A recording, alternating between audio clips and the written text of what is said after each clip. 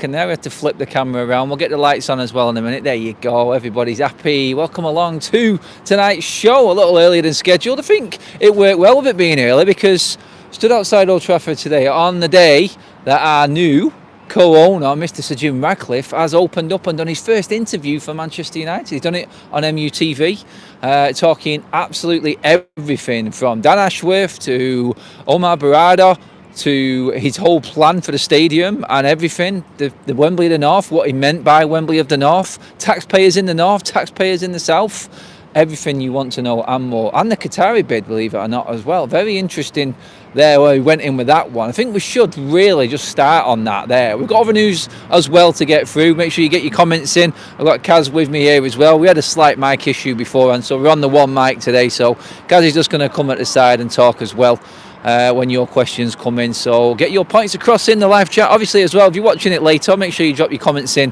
below also and let me know what you think of everything that's gone on today. It's been an eventful one, hasn't it? I mean, this morning we heard about Gary Neville. There is so much being leaked out and still coming out right now from that interview. I've missed part of it because we were prepping.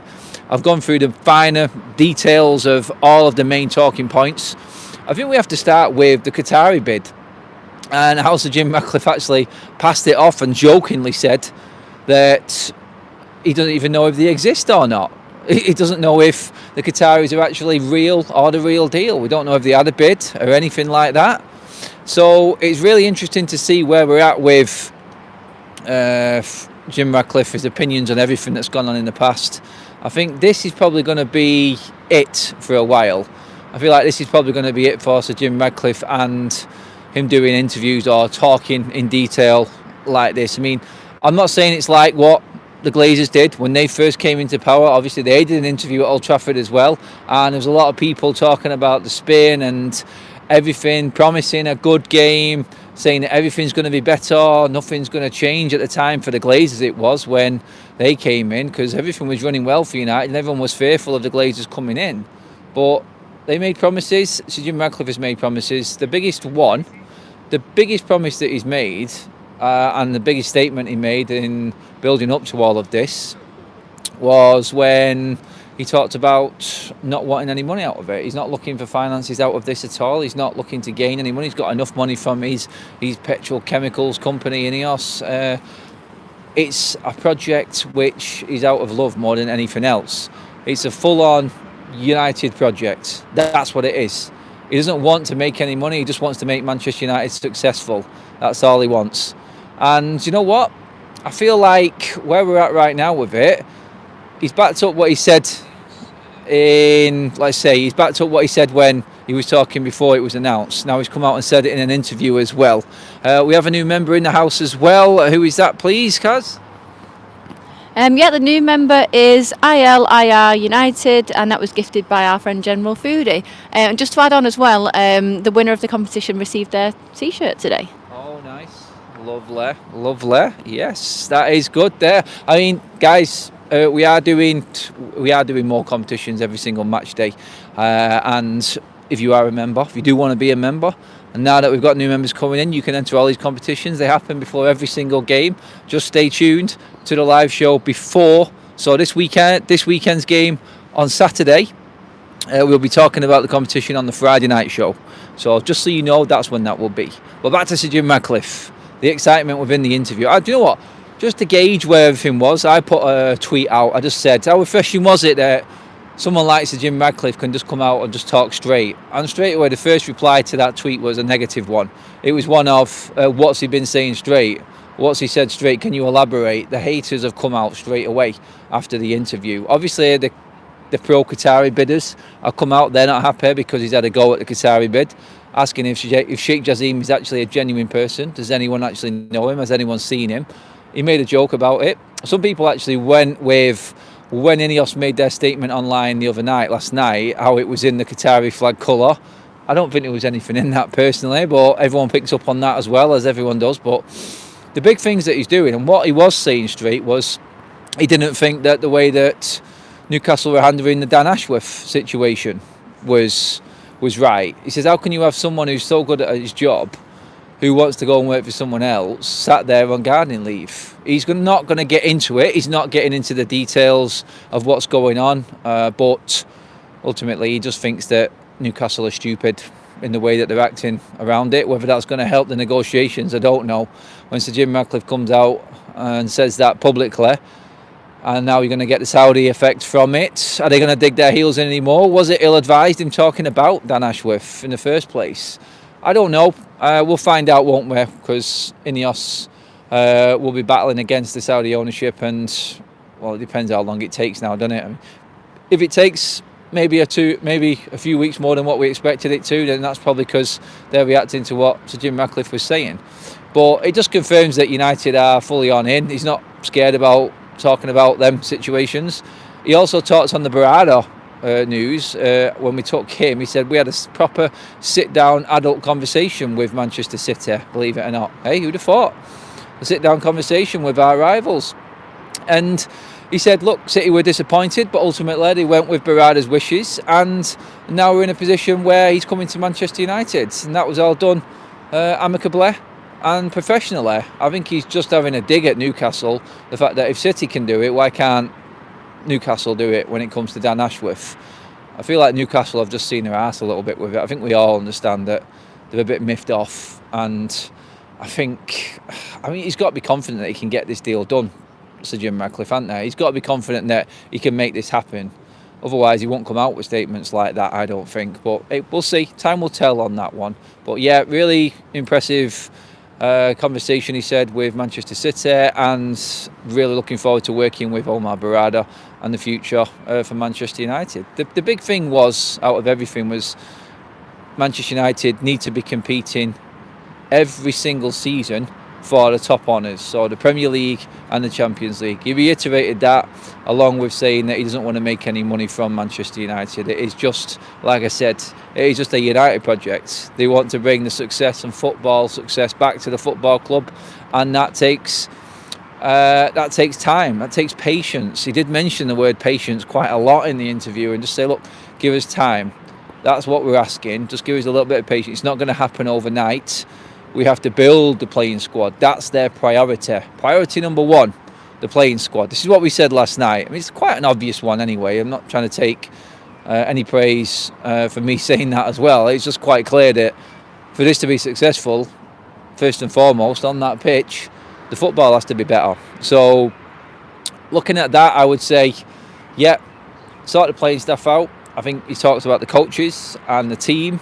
Everything around Carrington. He actually said he didn't mind Carrington as a training ground. Carrington does not need as much work as this place, and everything's being looked into infrastructure wise. No expense will be spared when it comes to investing into the infrastructure of the football club and the stadium, but Carrington is a secondary to Old Trafford. The priority is squad, then Old Trafford. That's pretty much what he said in his interview, and I feel like you've probably got it the right way round. I feel like we have to be successful on the pitch to maintain, obviously bring in the money and be competing at the highest level. And then we can start building infrastructure, the stadium, or if it's going to be a new stadium. He started going into that, and I think that was an interesting one. That sort of spun off a couple of different ways, because then he started to get deep on the whole conversation of the Wembley of the North comment that he made. His idea of the Wembley of the North, he then went into taxpayers. Taxpayers in the south are the same as taxpayers in the north. Why is the National Stadium for tennis in the south? Why is the National Stadium for rugby in the south? Why is the National Stadium for football in the south? There should be one up here. He wants England to be playing football in Manchester United Stadium. Now, for me, I just don't see that happening at Old Trafford. It's already the second largest stadium in the country, so why is that not happening now? Do we need something more infrastructurally wise around fan parks, development around Old Trafford? And does it mean that he's looking more into the new stadium? Is this why Gary Neville's coming on board? Is this the whole push for the Wembley of the North, let's say? Is this where he's going with it? Is this is Jim Ratcliffe and Ineos plan all along? It's not just about Manchester United. It's about what Manchester United do on the pitch and the stadium they're playing in, and what else they can bring in to the community around here. I mean, the average working class citizen is going to be loving what Sir Jim Ratcliffe's saying right now. He's going to be they're all going to be thinking, well, he's talking for the people. We've got a couple of comments coming in. I'm just going to pass over to Kaz. So Bexy says, Sir Jim Ratcliffe did a great interview that felt transparent. He doesn't defend the Glazers fully either. He's a smart guy. He did. As well as that, we've got General Foodie says, new stadium or not, we need to have a better choice of alcoholic beverages at games instead of Carling and Stowford Press. Very, very true. Very true. However, Huggle says, General, I don't mind Stowford Press. I don't know myself what Stowford Press is, or is it Stowford or Stowford? I'm really sorry, I don't know. I don't drink it, so I don't know. And Tony says, hi all, great channel and news. Sir Jim Ratcliffe is living the dream of a United fan. Imagine being able to do this. Wow. How many likes have we got, Kaz? Ooh. We have 64. Oh, you guys need to get a move on. Come on, let's get to that 100 mark, guys, please. Going back to what we were talking about this morning with Gary Neville and all of the news about him coming on board with Ineos. Sir Jim Ratcliffe interview following that, everything's just sort of leaking out bit by bit now, like we said it would do. And I think, honestly, it's the way he was talking now, I think he's pushing for a new stadium. I do. He also said, though, that the owners of the football club are the fans, now playing on the fans' heartstrings a little bit now with that one. He understands that they're just the protectors. They're the stewards of the money and running the football club, but the real owners of the football club are the fans. He did touch on the Glazers and what they are. He can't say anything bad about the Glazers. He's in bed with them, whether you like that phrase or not. Actually, I probably won't use that one, actually. He's bought into a company with the Glazers in situ. Let's just say it like that, because that's what it is with them. No Sir Jim and the Glazers in bed. That's a horrible thought, but it's one of... has to say what he has to say for obvious reasons. You're not going to get him coming on and slagging the Glazers off. That was the mistake the Qatari bid made, if it was real, like Sir Jim said. But he is, I feel, just making the right noises. He's appeasing the Glazers. He's appeasing the fans. He's saying he doesn't want money. He said he just wants success. All of this. I feel he's definitely ticks in the boxes. And that's what he's doing right now. I feel in the end, the patience bit of the interview was the main thing again. It's like everyone's waiting for him to fail. He actually said in the interview, like, look, that's on us.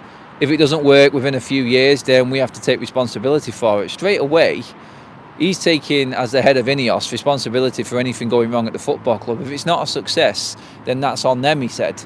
They're taking the blame for it. But what he did say in it was, just give us that bit of time to put everything in place and make this happen. And that's what's important. We need to make sure that everyone is working together.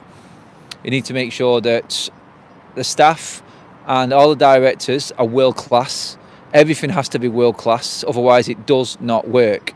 He's made that very, very clear. He also touched on how the way that Erik ten Hag has been working recently, under reporting to a manager, it's just old school and hasn't worked. There needs to be a modern football look about Manchester United that hasn't been here for 10 years and it's failed.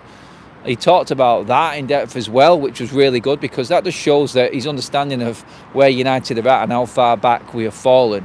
He's putting pieces in place to make us relevant again and try and climb back up to catch everyone else up, because that's all we're doing right now. We're playing catch up. But he also fully backed Erik ten Hag. So there's no managerial changes. There's nothing coming in all of a sudden, breaking news that Erik ten Hag is going to be sacked. I don't even think if we fell off a cliff right now and we didn't make Champions League, the way he was talking, that Erik ten Hag would be sacked. But I think the question would have to be asked if he didn't make the Champions League. I think there will be some conversation, surely. You cannot not qualify for the Champions League for Manchester United. That was just set in stone all along. Or are they changing that? It is a long, long process, he said, and he's happy with ten Hag.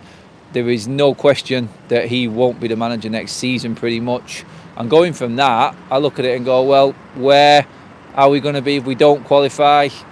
Is it going to matter? We got some interesting questions coming up, I believe. Or not so much questions. Gareth says, just seen the interview on the news, he wants to knock them all off their perch, Liverpool and City. He said more to United fans in 24 hours than the whole Glazer litter have in 19 years. Yep, very, very true. Liverpool and Manchester City, he said, are rivals. We want to knock them off their perch. We want to be beating them. They want to challenge the Manchester City recent dominance. They want to be the ones that stop the City dominance. They did it to us, and he wants to return the favour by not just standing there and watching the other side of Manchester win every trophy that there is to win and break all of our records in the process. He wants to stop Liverpool and City. So that's who United are looking to compete against. Not the likes of Spurs and Villa for 4th place. Not qualifying for the Champions League and being in the top 4 as their standard. He wants to be challenging at the top. Now, what is that timescale? I said 5 years. Like he said then, we are to blame if this does not work. We are responsible. We're in charge of Manchester United now as a football club. And what happens on the pitch is on us. But what is the timescale? It's like, when do people start judging? 2 years seems like a long time in football. It really does. Where will this club be in 2 years? Have we got patience to make it 5 years? I don't know. I don't know if I've got it in me, but if the football's better and we look competitive, then I think people will automatically start to give it a little bit more time. I think people will start to look at Manchester United and go, you know what? We can see things happening. We can see progress. We can see what they're trying to build behind the scenes. They've worked with Ten Hag. And like I said, I've not touched on it too much, but the big bit was how Manchester United have run above Ten Hag. He cannot believe, Sir Jim Ratcliffe, that Eric Ten Hag reports to his managing director. He can't believe that this is the way that Manchester United are running. This all comes in the audit. So we're hearing about stuff that's come from these audits now and what they found out on how Manchester United are being run, and he doesn't like it, and that's why he's going to change the whole structure. It needs to be completely different with world-class operators in every single department, especially the director roles. Another comments coming in. Yeah, Daz Sweet says, you're a fantastic ventriloquist. Big fist. Guest says, do I hear birds? Is it spring? Well, yeah, you can hear birds, but I wouldn't say it's quite spring-like yet, yes. Blown over. And then Dana says, I think Ten Hag will be here in 3 years. In 3 years? That means a new contract then. That'll be interesting, because we've spoken about Eric Ten Hag's contract, haven't we? We spoke about it in terms of 1 year left for managers. Usually you will get clubs sticking or twisting. I think we're going to stick. I do. I think he's going to get a new contract at the end of this season. I think the club are going to show faith in him. And it's at their cost. At the end of the day, they're going to have to pay the compensation if it doesn't work and they want to get rid of him. But they believe solely in their structure, that's going to work with Ten Hag. They believe that it's going to be a Dan Ashworth, Berardo, everyone else that they bring in, along with Ten Hag. It's going to be a team. It's going to be the A team, let's say. And that's what's going to win the day. Everything, not just the manager. He has to work as part of the machine, which is going to be Manchester United's new outlook. That's what we're looking at, and I feel like it's all going to come down to results over the next 2 to 3 years, I would say. I think that's where we're looking at. If United are not challenging in 3 years, and I mean like up there in third, second, looking like we're actually in a title race, I'd say like the standards were where Arsenal are at right now. If we're not there in 3 years, and I think questions are going to be asked, and we'll see if Sir Jim Ratcliffe actually comes out and talks again, because under the Glazers, we've not heard one thing. When it's times are bad, it doesn't matter. No one says anything. All that happens is we hear something from the manager, because he's the only one who has to speak to the media and the press. So, looking at it that way, I would say, look, he's backing Ten Hag, and he's not going to be the only one talking. We may get other people coming out, and there are more people going to be held accountable, not just the manager. When he says we are responsible, I think he's taking the pressure off the manager by saying, look, this is a team, and the way that modern football runs right now is you build everything for that manager to be the best that he can be on the pitch, on the training ground. So At the end of the day, when everything is in place, I think that's when you're going to start getting moves with Ten Hag possibly, and people judging even more if the performances haven't changed a lot. Please give the video a like, guys. I'm going to get into the comments again. Here is Kaz.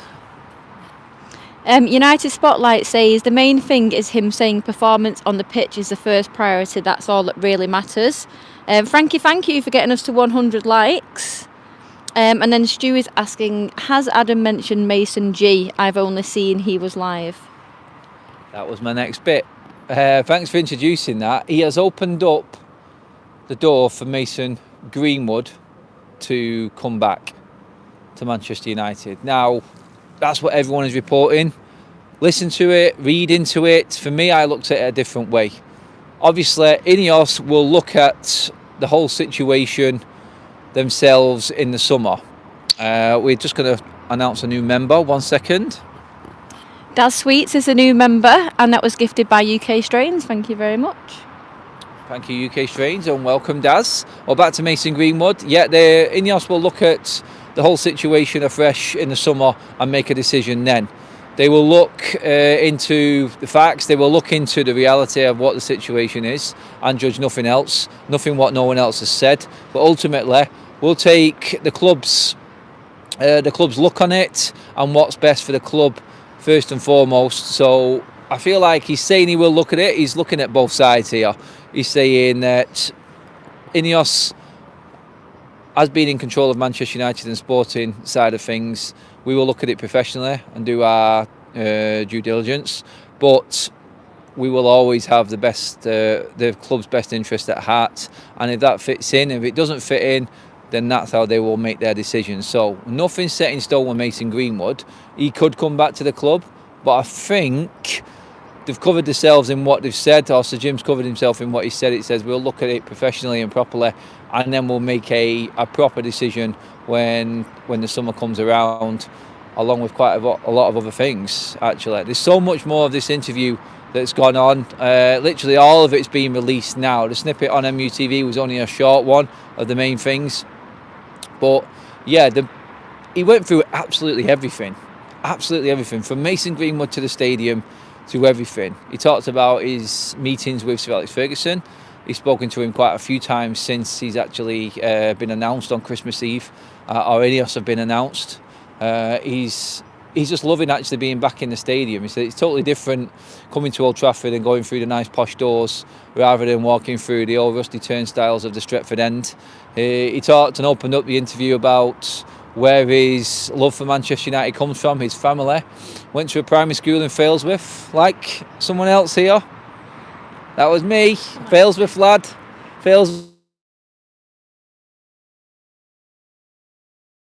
I don't know what primary school it was. I'd love to find out what that was, see how close it was. But yeah, he was like half the people in Manchester were City and half were Manchester United. I don't believe that. I think it was more United, because City are just irrelevant. But he said his family were Reds. He was brought up as a Red, and he's had a long love for Manchester United. It's good to know that you've got someone in who actually understands what it was like growing up in Manchester and supporting Manchester United, knows where we come from, knows the roots and everything that United were built on, the foundations of the football club. And you know, it's a breath of fresh air to actually hear him. And like the comment said a minute ago, I want to come back to the comments now, but just before I pass over to Kaz again, that comment about him actually understanding the fan base and doing more than the Glazers have done in bleeding 3 weeks than they have in nearly 2 decades. It's embarrassing, but it's good for us that this is how it's going to be going forward. Into the comments with Kaz. Yes, UK Strains says, loving Sir Jim's interview. He's so positive in his direction. I'm so happy. Frank is in the chat. She says, keep it up, Adam, you slay. I slay. Slay. That's our Frankie for you. Everyone say hi to Frankie, she's only 9. And then, who else have we got? We've got Anthony there, who's a Moss Side Red. Nice. And David, yo Adam, watching from the States, which is slightly different from Moss Side, enjoying the show. It's the tad. Richard, love the content, FUTV. Loving it. I think we passed over the 100 like mark, didn't we? So thank you guys again. Thanks for all of your views and everything going on. In terms of outlook, no pigeons at this time of night, guys. There's no pigeons here today. Plenty of runners, a couple of security guards, But all quiet on the Old Trafford front. How long will I be stood here talking about Manchester United? That's the question. Will I be over that direction, which is where the proposed new stadium will be? Watch the videos, guys, on the channel about the development and the options we've got with the stadium and Manchester United possibly looking down that avenue. But in the end, it's all to benefit Manchester United, and I think Ineos will make the right decision for the football club. I think they will look at everything. They'll break it all down and analyse everything. They're doing it properly. They're taking their time. You've already seen signs like how Sir Jim Ratcliffe has come to the conclusion that what Erik ten Hag's working with is not good enough for Manchester United. That's come from the audit and what Sir David Brailsford's been doing at the football club and how the football club has been run. And they have come to the conclusion straight away, which I think everybody knew, even the people on the outside knew, that this club was not being run properly. The structure was completely off.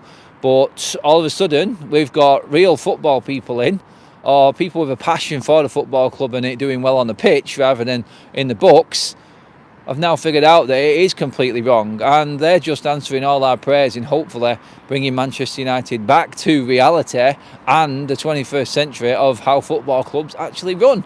And he's looking to topple Liverpool and City as well. So all good news, all fantastic for us United fans. The bad news is, actually on the pitch right now, just getting into that, Luke Shaw, season over. Oh my God, where did that bolt from the blue come?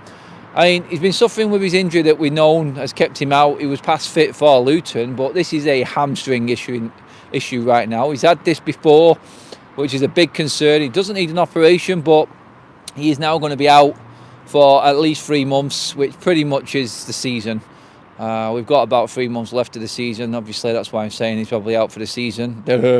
But yeah, it's a bit of a shit show, really. Considering we let Reguilon and Alvaro Fernandez both leave, and banks on Malacia actually being fit again. I mean, where is he?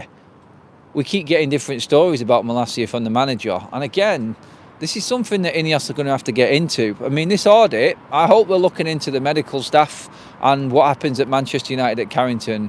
How they passed Luke Shaw fit in the first place when he looked a million miles off it. How they are judging the Malacia injury as he's going to be back. Manchester United, coming into January, had options of what? Maybe 5 left-backs. We've now got none. Not one. Well, you could class Dalot as a left-back, emergency left-back, but that's all we've got. Was that Reguilon loan terminated too quickly? Did we take that option? Did we jump the gun with it? Did we jump the gun with sending Alvaro Fernandez back? If he can come back and then fly back out to Benfica, then surely United could have kept him as well. We've got a big problem at left-back right now. A massive problem at left-back. Not having a fit left-back for the rest of the season is a huge problem. It just disrupts the flow, it disrupts the organisation at the back, and now it's going to be someone completely different. We cannot be playing Lindelof at left-back. He looks like he looks lost. He looks completely lost. He looks like he's going to get spun and taken on by every single winger that comes up against him. We've only had 2 occasions when he's played there.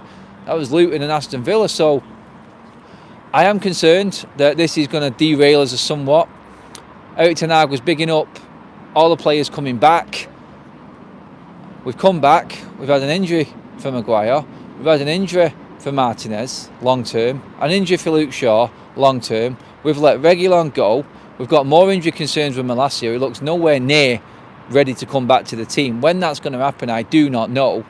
And this all comes down to the bleeding medical staff at Manchester United. Who gave the call to let Reguilon go with the backup of what? Malacia? So someone at the football club right now is clearly not got a grip of what is actually going on with these players and these injuries. We need a better team. We need to be able to actually plan ahead properly, and that only comes when you've got the right sort of medical staff in place.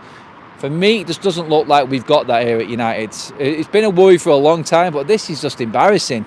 This is ridiculous. Like, why is no one saying anything about Malacia? I mean, Ten Hag has talked in press conferences about Malacia just having setbacks and setbacks and setbacks. He's going to go the full season and miss the whole season because of this injury he picked up in pre-season. It's a mess. It really is a mess. I don't understand how we've got ourselves in this situation again, because it really could affect everything going forward for us. It could affect the Champions League qualification. It could affect us actually, it could affect Ten Hag's future. It could affect quite a lot of things, including the players and their futures at the football club as well, because you can become forgotten about. Let's not forget, Malacia brought into the club, he's not played for a season, pretty much. Going into the summer with all these changes, he could be the forgotten man. Could be another career down the pan. And what's going to happen to Luke Shaw? Does the transfer situation now change in the summer? Do we have to now start prioritising a left-back? I think yes, because we clearly can't rely on Luke Shaw now. He's not going to get any younger. He's not going to hang around any longer. Malacia, I ain't got a clue, because no one's saying anything. Alvaro Fernandez looks like he's playing enough games at Benfica for them to automatically trigger that buy option. So, yeah, in terms of where we're at with it, it's a nightmare situation right now for United. Into the chat with Kaz. Kaz chat time. Give over. Right. Henry says, why did they let Reguilon go? Who do you think is responsible, Adam? So I'll let you come back to that one in a minute. Stu says, whoever made the decision to let Reguilon leave needs sacking. Araya, hopefully I pronounced that correctly, Malacia is on milk cartons.